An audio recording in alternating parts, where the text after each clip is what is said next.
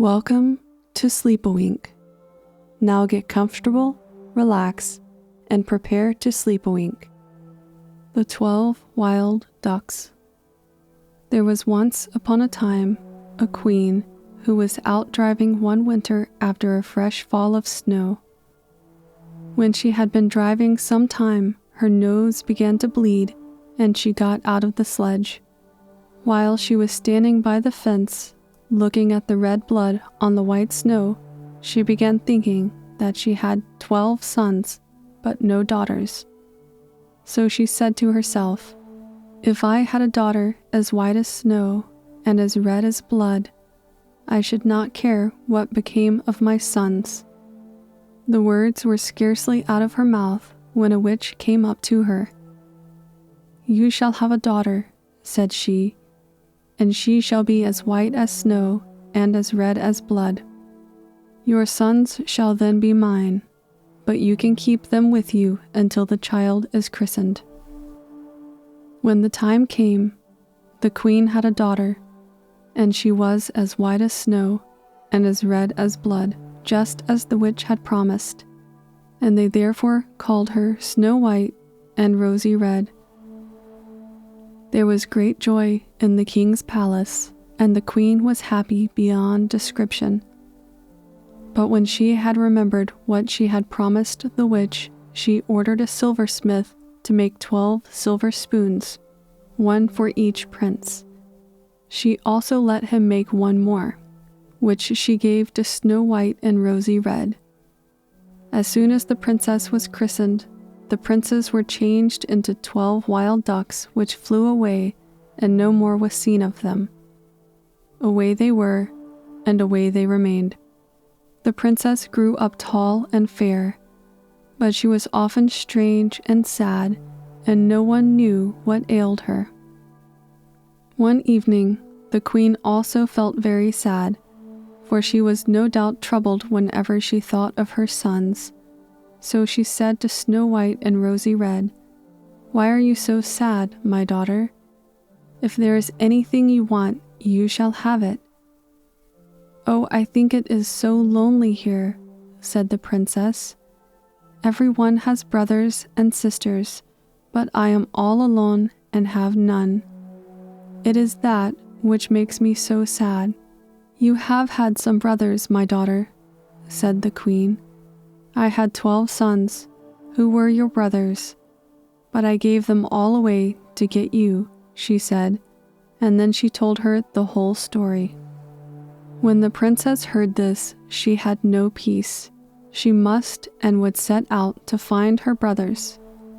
The queen cried and wept, but it was of no avail, for the princess thought she was the cause of it all, and at last she left the palace and set out on her search.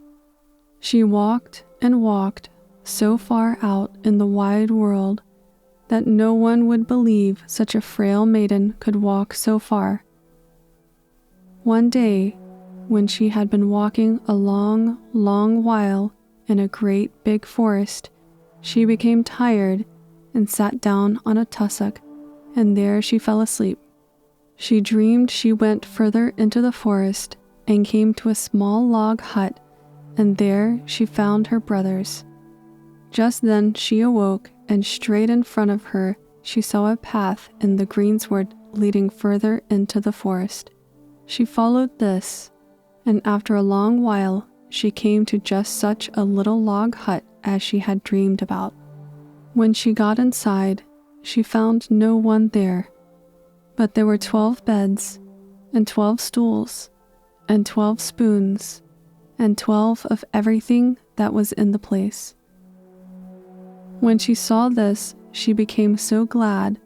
She had not felt so glad for many years, for she knew at once that her brothers lived there, and that it was they who owned the beds, the stools, and the spoons.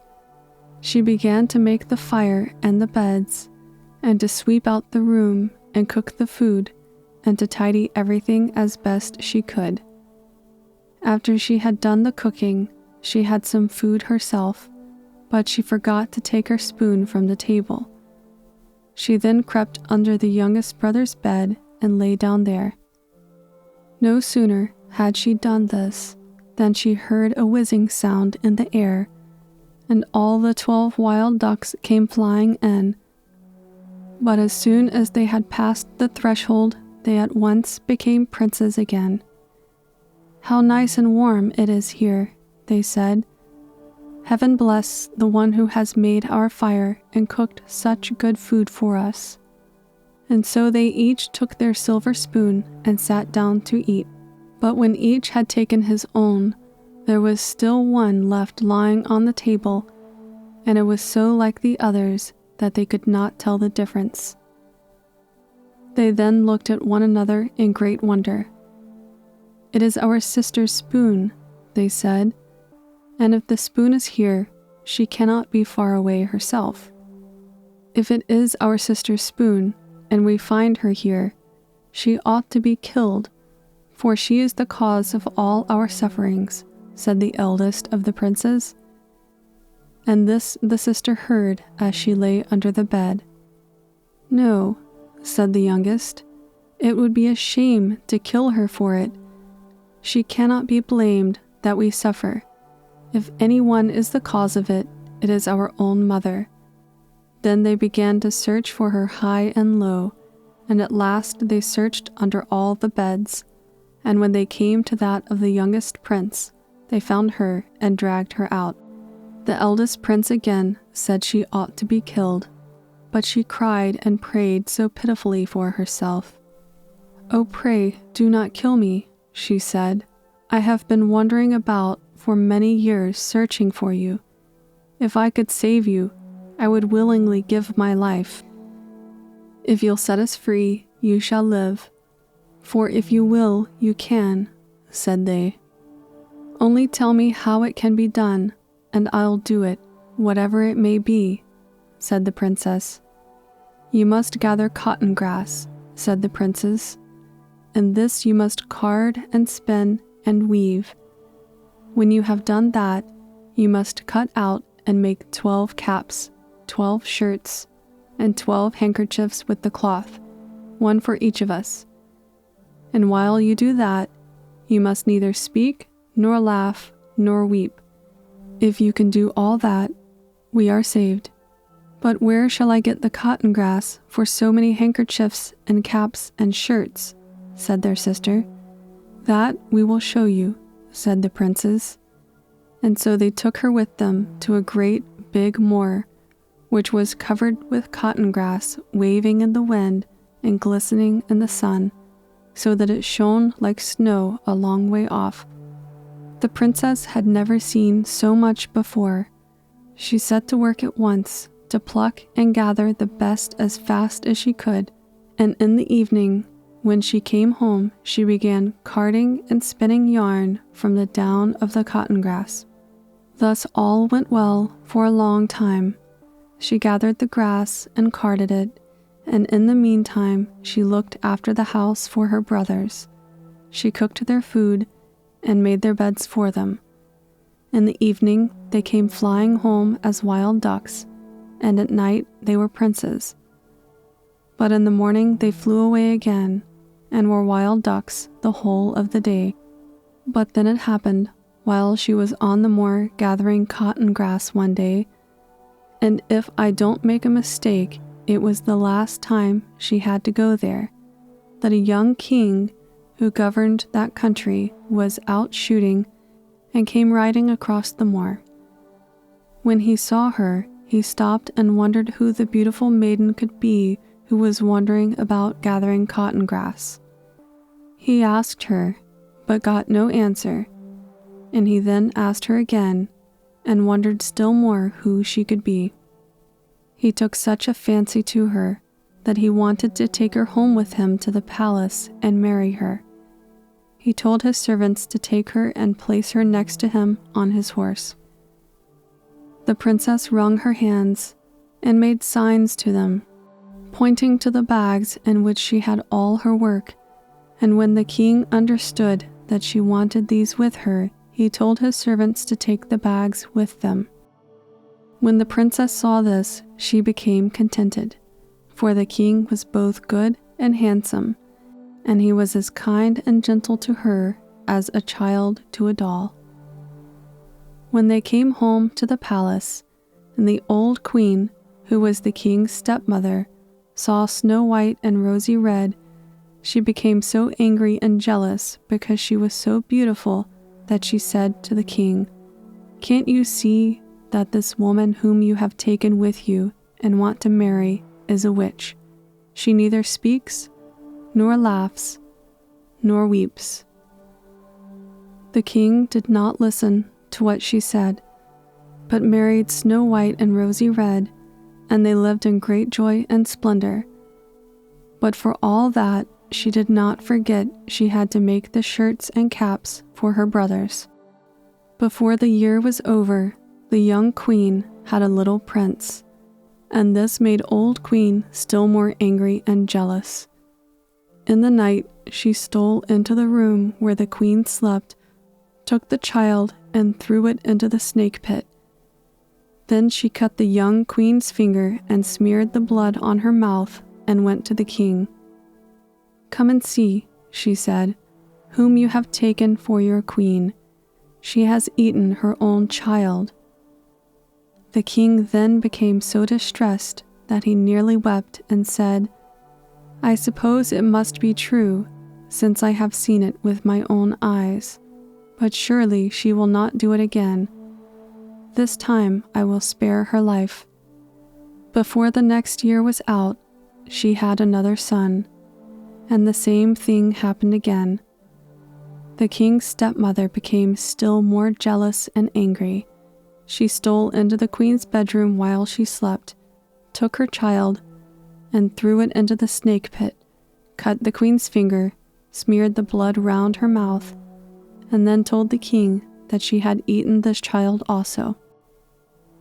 You can hardly imagine how distressed the king became, and then he said, "I suppose it must be true, since I have seen it with my own eyes, but surely she will not do it again, and I'll spare her life this time also." Before the following year was over, the queen had a daughter, whom the old queen also took and threw into the snake pit. While the young queen slept, she cut her finger and smeared the blood around her mouth, and then went to the king and said, "Now come and see if it isn't true what I have said, that she is a witch, for now she has eaten her third child also." The king's sorrow was so great there was no end to it. He could not spare her life any longer, but was obliged to give orders that she should be burned alive.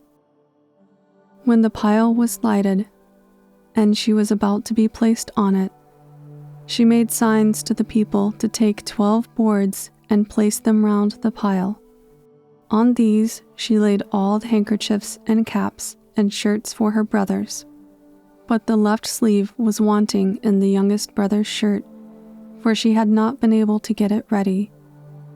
No sooner was this done than they heard a whiz and a whir in the air, and the 12 wild ducks came flying across from the forest. Each one took his clothes in his bill and flew off. "You can see now," said the wicked queen to the king. "She is really a witch. Make haste and burn her before the pile is burned out." "Oh," said the king, "we have plenty of wood. The forest is close at hand. I want to wait a bit, for I should like to see what the end of all this will be." Just then, the 12 princes came riding along the road, all as handsome and well made as one could wish to see. But the youngest prince had a duck's wing instead of a left arm. "What does all this mean?" asked the princes. "My queen is to be burned because she is a witch and has eaten her own children," answered the king. "She has not eaten her children," said the prince. "Speak, sister.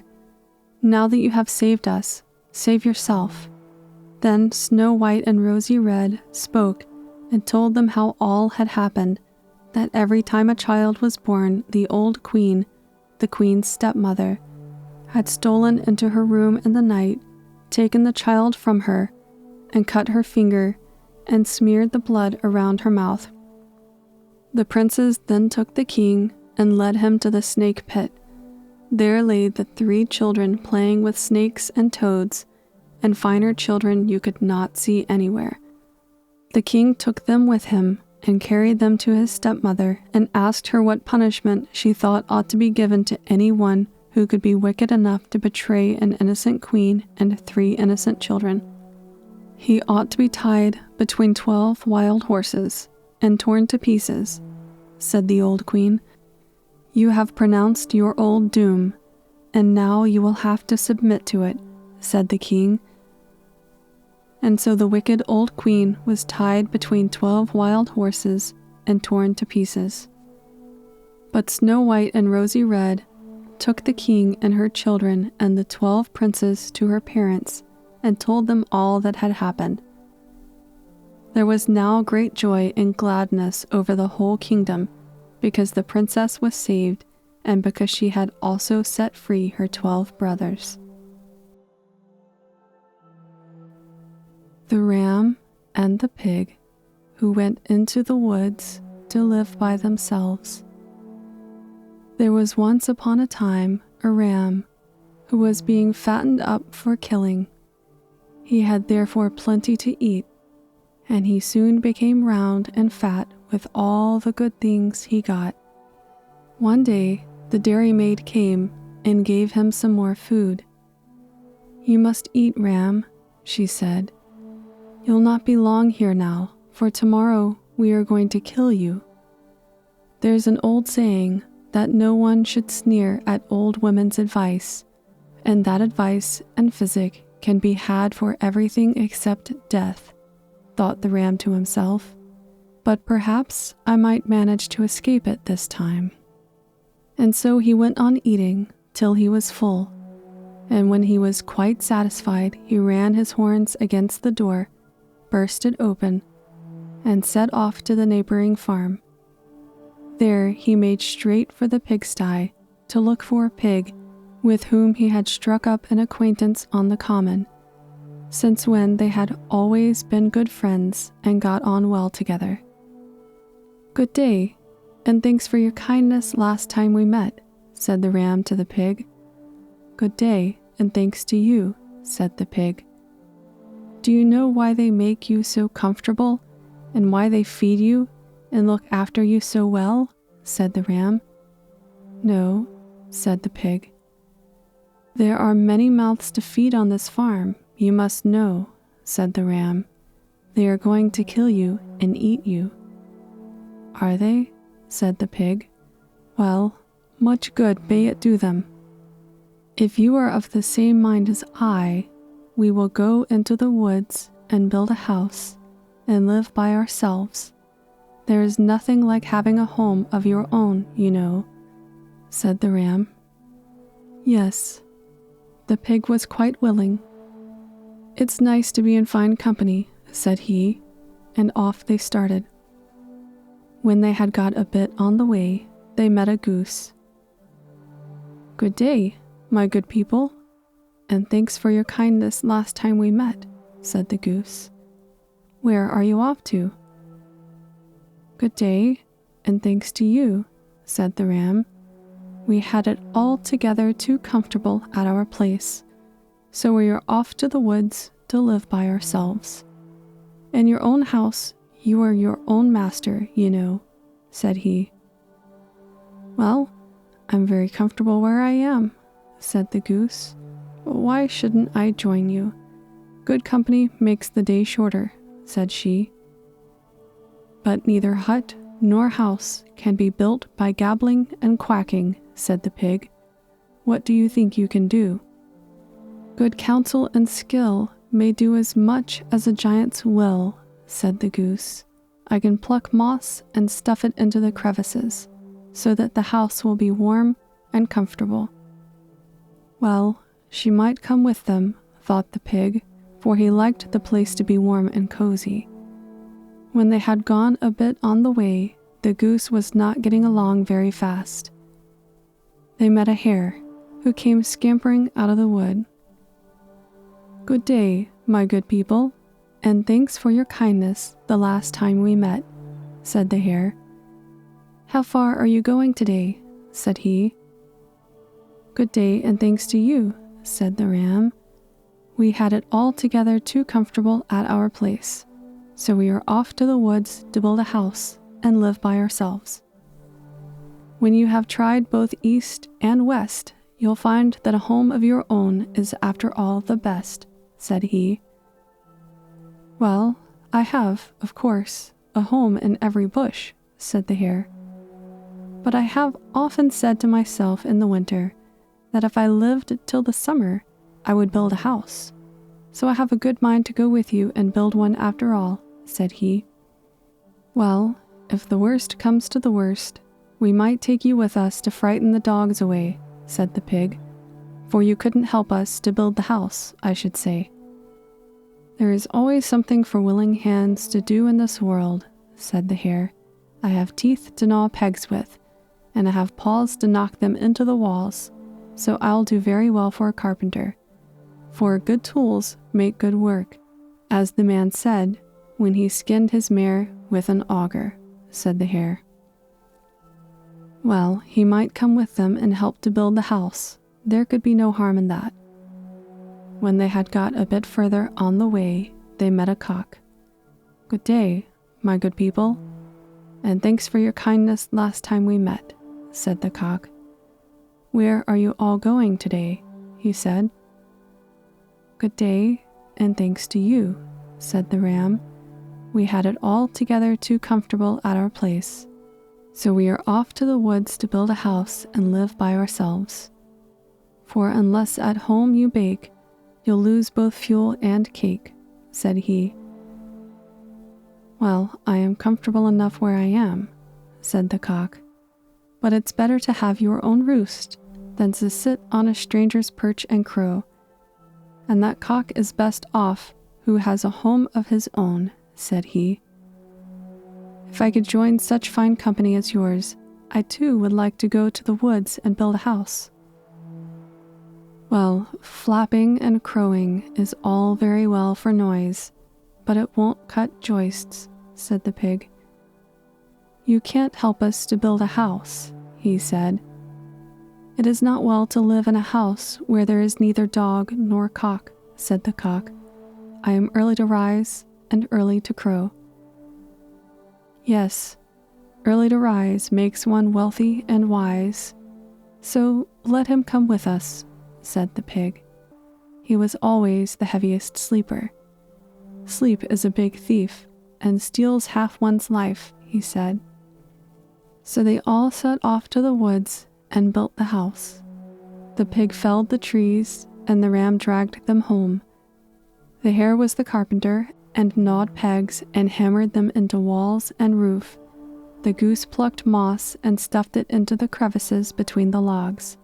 The cock crew and took care that they did not oversleep themselves in the mornings.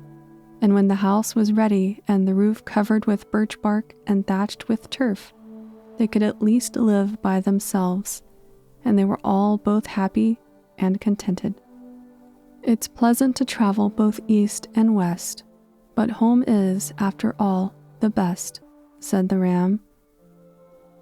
But a bit further into the woods, 2 wolves had their lair, and when they saw that a new house had been built hard by, they wanted to know what sort of folks they had got for neighbors, for they thought a good neighbor is better than a brother in a foreign land, and it is better to live among good neighbors than to be known far and wide. So one of them made it his business to call there and ask for a light for his pipe. The moment he came inside the door, the ram rushed at him and gave him such a butt with his horns that the wolf fell on his head into the hearth. The pig snapped a bit, the goose nipped and pecked, the cock flew up on a rafter and began to crow and cackle, and the hare became so frightened that he scampered and jumped about, both high and low, and knocked and scrambled about from one corner of the room to the other. At last the wolf managed to get out of the house. Well, To know one's neighbors is to add to one's wisdom, said the wolf, who was waiting outside. I suppose you had a grand reception since you stayed so long. But what about the light? I don't see either pipe or smoke, said he. Yes, that was a nice light I got, and a nice lot of people they were, said he who had been inside. Such treatment I never met with before, but as you make your bed, so you must lie, and an unexpected guest must put up with what he gets, said the wolf. No sooner had I got inside the door than the shoemaker threw his last at me, and I fell on my head in the middle of the forge. There sat two smiths blowing bellows and pinching and snipping bits of flesh off me with red-hot tongs and pincers. The hunter rushed about the room looking for his gun, but as luck would have it, he couldn't find it, and up on the rafters sat someone beating his arms about and shouting, "Let's hook him! Let's hook him! Sling him up! Sling him up!" And if he had only got hold of me, I should never have got out alive. The World's Reward. There was once a man who went into the wood to cut trees for hurdles. But he did not find any which were as long and straight as he wanted them to be, till he got to a rocky place where he heard groans and moans, as of someone in the pangs of death. So he went to see who it was that wanted help. He found that the groans came from under a big slab among the boulders. It was so heavy that it would take many men to lift it, but the man went into the wood and cut down a tree which he used as a lever to lift the slab with. From under it there crawled a dragon, who then wanted to eat the man. But the man said he had saved the dragon's life, and it was base ingratitude to want to eat him. "Maybe," said the dragon, "but you can easily understand that I am hungry, having lain here 100 years and tasted no food. Beside, that is the reward one gets in the world." The man begged and prayed for his life, and so they agreed that the first being they met should decide between them. If he was of a different opinion to the dragon, the man should not lose his life, but if he thought the same as the dragon should eat the man. The first they met was an old dog who was walking along the road under the hillside. They spoke to him and asked him to be their judge. "Goodness only knows. I have served my master faithfully since I was a pup," said the dog. "I have watched many a night and many a time when he has been sound asleep, and I have saved the house and chattels from fire and thieves more than once. But now, when I can neither see nor hear any longer, he wants to shoot me. So I ran away, and I knock about from place to place, sniffing and begging my way, till one day I shall die of hunger. No, that is the reward one gets in this world," said the dog. "Then I'll eat you," said the dragon, and was going to swallow the man, but the man spoke so well for himself and begged so hard for his life that the dragon agreed that the next being they met should decide between them. And if he said the same as the dragon and the dragon should eat him and have a good meal of human flesh. But if not, the man should get off with his life. An old horse then came dragging himself along the road just under the hillside. They spoke to him and asked him to judge between them. Yes, that he would. "Well, I have served my master as long as I was able to draw and carry," said the horse. "I have slaved and worked for him till the sweat streamed from every hair, and I have worked faithfully till I have become stiff and stark and worn out with work and age. Now I am fit for nothing, and am not worth my keep. And so I am to have a bullet, says my master. No, that is the reward one gets in this world, said the horse.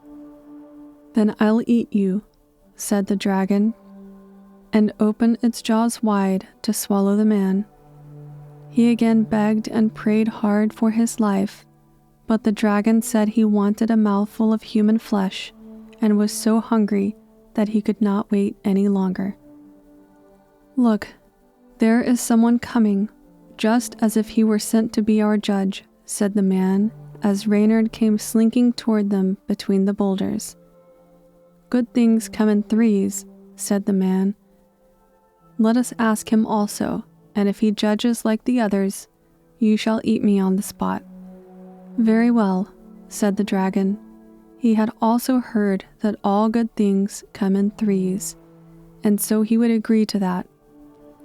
The man spoke to the fox as he had done to the others. Yes, yes, said the fox, but he took the man aside. What will you give me if I free you from the dragon? He whispered in the man's ear. You shall come home with me and be lord and master over my fowls and geese every Thursday night, said the man. This is a case which can only be settled on the spot itself, my dear dragon, said the fox. I cannot get into my head how such a large and mighty animal as yourself could find room under that slab. Well, I was lying up here, sunning myself, said the dragon, when an avalanche came down the mountain and turned the slab over me. That is very possible, said Reynard. But I cannot understand it, nor will I believe it till I see it, said he. So the man said they had better try it, and the dragon slipped into the hole again, and just at that moment the man pulled away the lever, and the slab shut down the dragon again with a bang. You may now lie there till doomsday, said the fox, since you had no pity on the man who saved you. The dragon yelled and groaned and prayed for himself, but the other two went their way. The next Thursday evening the fox set out for the farm to help himself from the hen roost, and hid himself behind a heap of poles which were standing there. When the girl went to give the fowls their food, Reynard sneaked in so that she did not notice him, and no sooner was she gone than he killed enough for 8 days, and ate till he could not move. When the girl came back in the morning, the fox lay sleeping and snoring in the morning sunshine, with all his 4 legs stretched out. He was as sleek and round as a big sausage. The girl ran to fetch her mistress, and she and all the others came back with sticks and poles, and began thrashing Reynard till they almost killed him. But at last, when they thought they had done for him, Reynard found a hole in the floor, through which he slipped out and set off limping toward the wood. Oh dear, said Reynard, but I suppose that is the reward one gets in this world.